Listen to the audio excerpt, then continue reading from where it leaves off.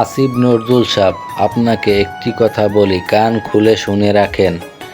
প্রবাসীদেরকে নিয়ে তামাশা করবেন না। প্রবাসীরা কি করতে পারে সেটা ভালো করে জানেন, আপনি মাথায় রাখেন সেটা, ঠিক আছে?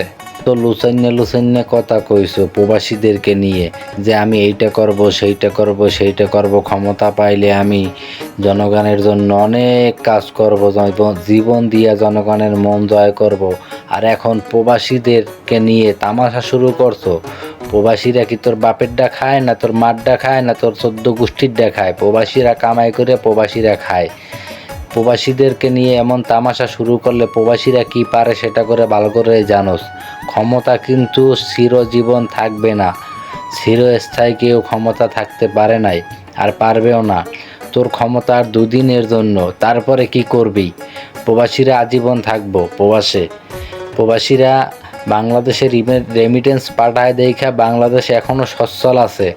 তাই বলতে আছি, প্রবাসীদেরকে নিয়ে তামাশা করবা না, ভালো হয়ে যাও। এখনও প্রবাসীরা যদি একবার চেতে যায় তাহলে কিন্তু তোমাদের কারো রক্ষা নাই।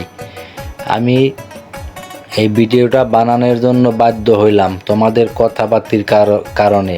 প্রবাসীরা যদি বাংলাদেশে 2 মাসের বেশি থাকে তাহলে মোবাইল কেন রেজিস্ট্রেশন করতে হবে?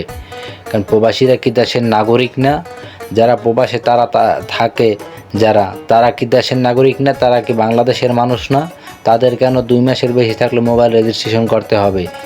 এই পদক্ষেপ চাইলে আমরা কোনো প্রবাসী ছাড় দিয়ে কথা বলবো না, ঠিক আছে?